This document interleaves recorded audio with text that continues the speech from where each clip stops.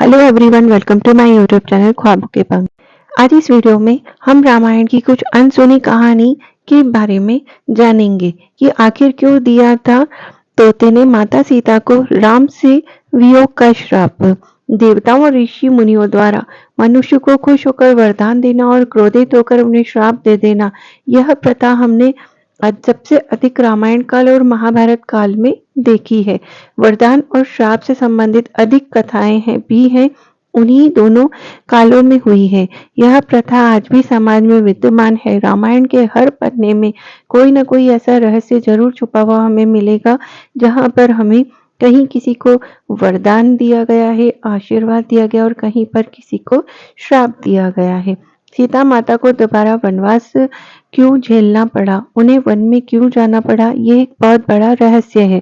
उन्हें इस अवस्था में वन जाना पड़ा जब वे गर्भवती थी। विवाह से पूर्व ही माता सीता को एक तोते की जोड़ी ने श्राप दिया था।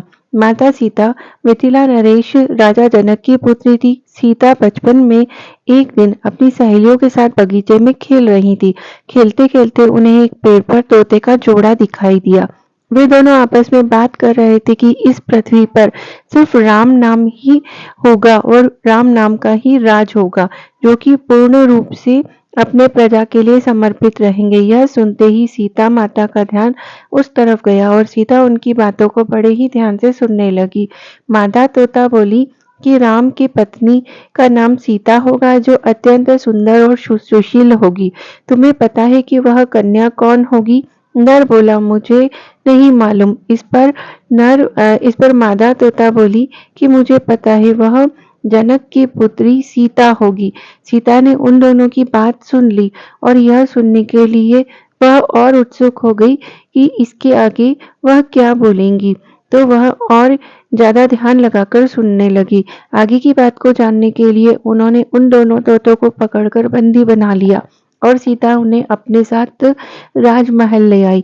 और तब उन्होंने कहा कि नहीं, तुम हमें छोड़ दो, हम तो उड़ते हुए पंछी हैं जो कि गगन में उड़ते रहते हैं, हमें खुले में ही रहने दो। लेकिन वह एक नहीं मानी और उन्होंने तोते की उस जोड़ी को पकड़ लिया और महर्षि वाल्मीकि ने ये सभी बातें अपने शिष्यों को पढ़ा रखी थी।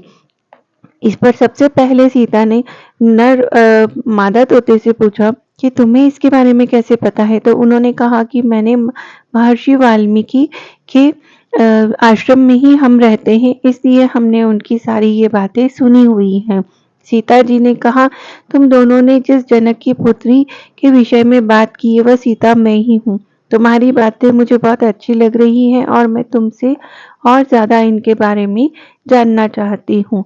लेकिन उन्होंने बहुत कोशिश की कि यह हमें छोड़ दें, लेकिन सीता ने उन्हें नहीं छोड़ा और सीता ने उन्हें कैद कर लिया।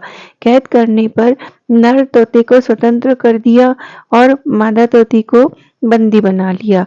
और इस पर नर तोते ने कहा कि मैं तुम्हारी पत्नी को मेरी श्री राम के साथ ब्याह हो जाने के बाद ही मुक्त करूंगी। यह माता सीता ने कहा। यह सुनकर जब मुझे राम मिल जाएंगे, सीता की बात सुनकर नर तोता ने माता सीता से बहुत गिड़गिड़ाया और बहुत विनती की, लेकिन उन्होंने एक नहीं सुनी। इस पर नर तोते ने कहा कि मेरी पत्नी गर्भवती है, आप उसे छोड़ दीजिए। लेकिन नर तोते के बहुत कहने के बाद भी जब सीता ने मादा तोते को नहीं छोड़ा, तब नर तोता ने सीता माता को श्राप दे दिया कि जैसे तू मेरी गर्भवती पत्नी को मेरे से दूर रखा है, उसी तरीके से जब तुम भी गर्भावस्था में होगी तो तुम्हें राम का वियोग सहना पड़ेगा। इतना कहकर नर ने तड़प तड़प कर अपना प्राण त्याग दिया और नर के प्राण त्यागते ही मादा तोते ने भी उसकी याद में अपने प्राण त्याग दिए। इस पर माता सीता को श्राप लग गया कि वह जब गर्भवती होंगी तो उन्हें भी इसी तरीके से अपने पति के वियोग को सहना पड़ेगा। अतः हमें कभी भी इस कहानी से हमें यह शिक्षा मिलती है कि हमें कभी भी किसी का दिल नहीं दुखाना चाहिए। हम सब हमेशा से यह सुनते आ रहे हैं कि 24 घंटे में एक बार हमारे जीवा पर माँ सरस्वती का वास होता है। उस समय हमारे मुख से निकली हुई कोई भी बात सत्य हो सकती है। इस बात का हमें हमेशा ध्यान रखना चाहिए। इस बात का हम सबको ज्ञान नहीं है, इसलिए माँ सरस्वती हमारे जीवा पर कब आकर बैठ जाएंगी और हमारे मुख से क्या निकल जाएगा, इसलिए हमें कोशिश करना चाहिए कि हमें कभी भी अपशब्द नहीं कहना चाहिए और ना ही किसी को परेशान करना चाहिए।